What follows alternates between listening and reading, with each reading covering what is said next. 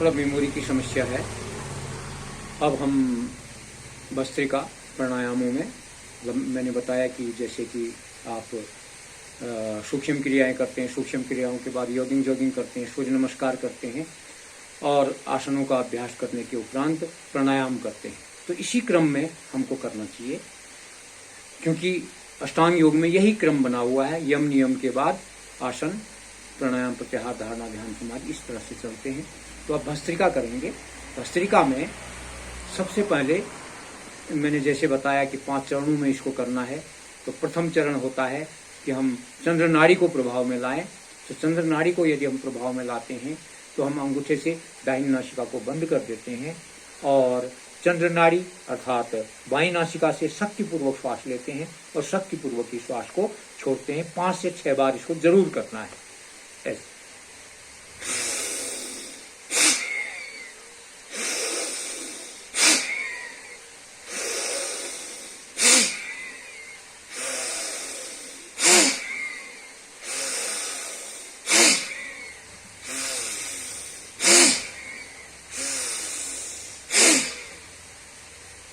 तो ये हमने पहले चंद्र नाड़ी को बिल्कुल क्लीन अप किया, एकदम सफाई की।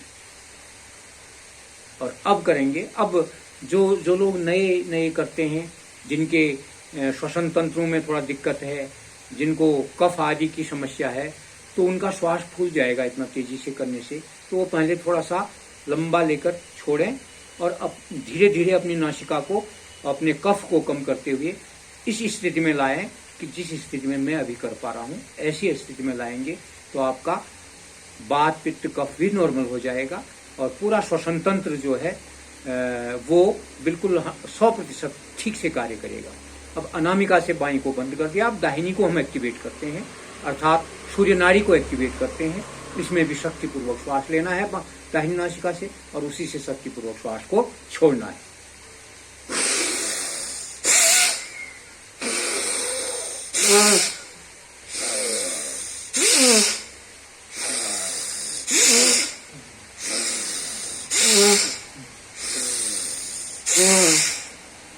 ये हमने सूर्य नाड़ी को भी प्रभाव में ले आए।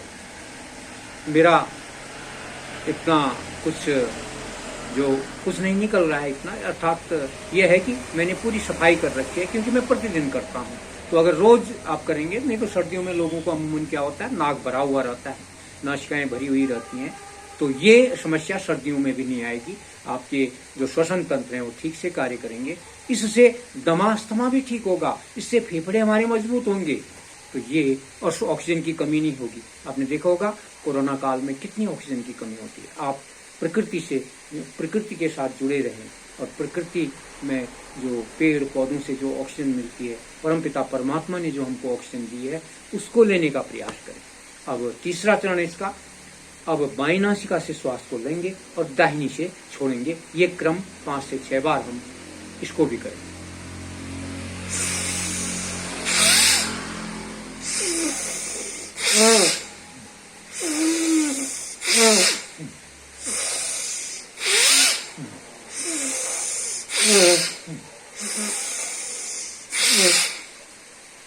ये बाईं से लिया और दाहिनी से छोड़ा। अब क्या करेंगे, अब दाहिनी से लेंगे और बाईं से छोड़ेंगे। देखो 2 बार हो गया हमारा दोनों नासिकाओं का। कितनी खुल जाएंगी हमें नासिकाएं, पूरा श्वसन तंत्र हमारा 100% काम करेगा। चलिए अब करते हैं।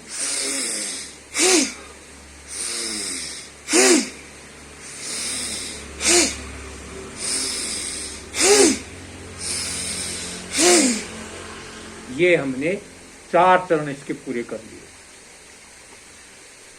और जो अंतिम चरण है, जिसको कि हमेशा सब लोग बताते हैं और सभी योगी जो योग सिद्ध लोग हैं वो कहते हैं कि इस भस्त्रिका को इस तरह से करो, तो उसी तरह से हम भी करेंगे। लेकिन ये जो मैंने 4 चरण बताए, इस 4 चरणों को करते हुए जब आप फाइनल पोज 5वां चरण करेंगे तो निश्चित ही आपको 100% लाभ मिलेगा। तो इसको हम कुछ हाथों को ऊपर लेकर भी करते हैं और पूरा श्वास, क्योंकि लयबद्ध तरीके से करेंगे, लय बननी चाहिए हमारे को श्वास को लंबा लेने में, पूरा फेफड़ों तक श्वास को फेफड़ों के अंतिम चल तक श्वास को पहुंचाना है।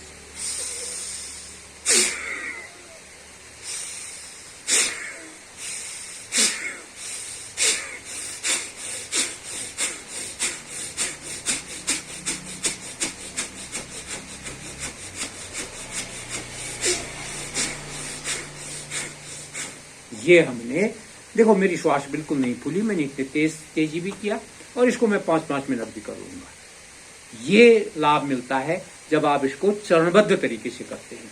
तो आज केवल एक प्राणायाम ही मैं इसमें रखूंगा, कल दूसरे प्राणायाम के साथ आप लोगों के समक्ष उपस्थित होऊंगा। तो ये भस्त्रिका प्राणायाम को मैं, जो भी मेरे वीडियो को देखें, मेरे YouTube चैनल को योगाचार्य रघुवर कापड़ी, उस YouTube चैनल को देखें आप, उसमें एक एक चीज इस तरीके से बताई जाएगी। भस्त्रिका प्राणायाम कैसे करें, कपालभाति कैसे करें, ये सारी चीजें उसमें हम मेरे YouTube चैनल में आपको मिल जाएगा। हमारी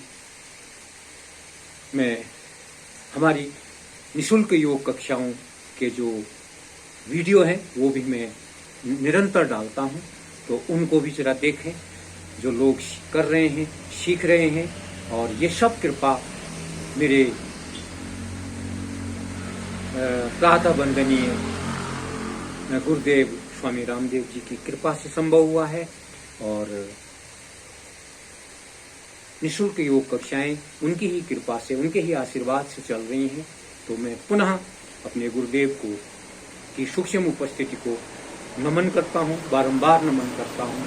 और आप सबको भी मैं प्रणाम करता हूँ, नमन करता हूँ। आज इतना ही, कल और आपको कक्षा के साथ कुछ वीडियो आपको भेजेंगे, जो कि आप रोज करें, अपने को स्वस्थ रखें।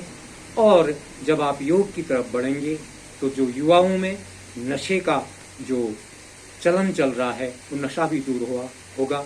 बच्चों को योग कराएं, बचपन से ही उनको संस्कार दें, तो वो नशे की ओर नहीं बढ़ेंगे। आप सबका पुनः बहुत बहुत धन्यवाद।